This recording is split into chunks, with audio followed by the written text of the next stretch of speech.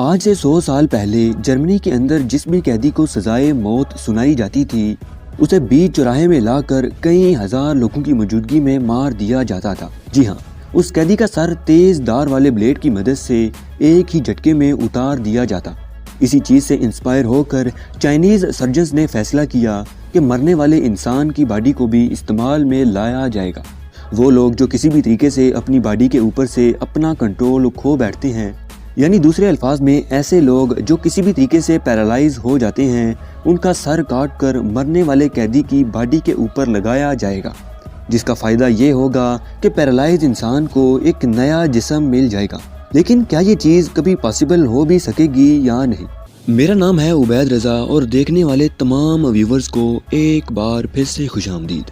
ये एक्सपेरिमेंट सुनने में जितना अजीब लग रहा है, प्रैक्टिकल लाइफ में शायद उतना अजीब नहीं है, क्योंकि नेचर में कुछ ऐसे क्रीचर्स भी पाए जाते हैं जो सर कटने के बाद भी कई दिन तक जिंदा रह सकते हैं। जैसा कि कॉकरोच का अगर सर काट भी दिया जाए तो वो कई हफ्तों तक बिना सर के जिंदा रह सकता है। और सांप की एक ऐसी टाइप भी होती है जिसका सर अगर काट दिया जाए तो वो 12 घंटे तक जिंदा रह सकता है। अब क्योंकि हेड ट्रांसप्लांट का ये एक्सपेरिमेंट डायरेक्ट इंसानों के ऊपर नहीं किया जा सकता था, इसलिए 2011 में चाइनीज रिसर्चर्स ने 2 चूहे पकड़े।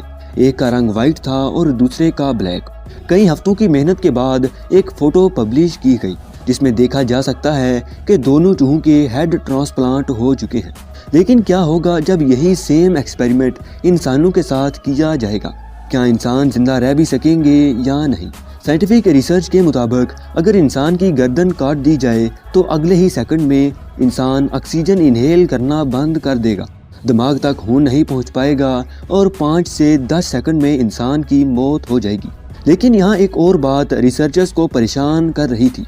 1905 में फ्रांस के अंदर जब एक कैदी को सजाए मौत दी गई थी तो सर कटने के बाद भी वो कैदी पूरे 1 मिनट तक अपनी आंखें हिलाता रहा।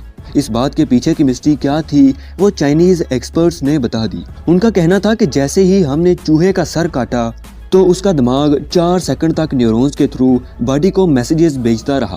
बॉडी की तरफ से कोई रिस्पांस नहीं आया तो दिमाग के अंदर इलेक्ट्रिकल वेव्स बहुत ही स्लो सर्कुलर होने लगी। चाइनीज एक्सपर्ट्स का कहना था कि 1905 में जिस कैदी का सर काटा गया था उसके दिमाग ने बहुत ज़्यादा ताकतवर इलेक्ट्रिकल वेव्स जनरेट की होंगी, जिसकी वजह से वो इंसान अपनी आंखें हिलाने लगा।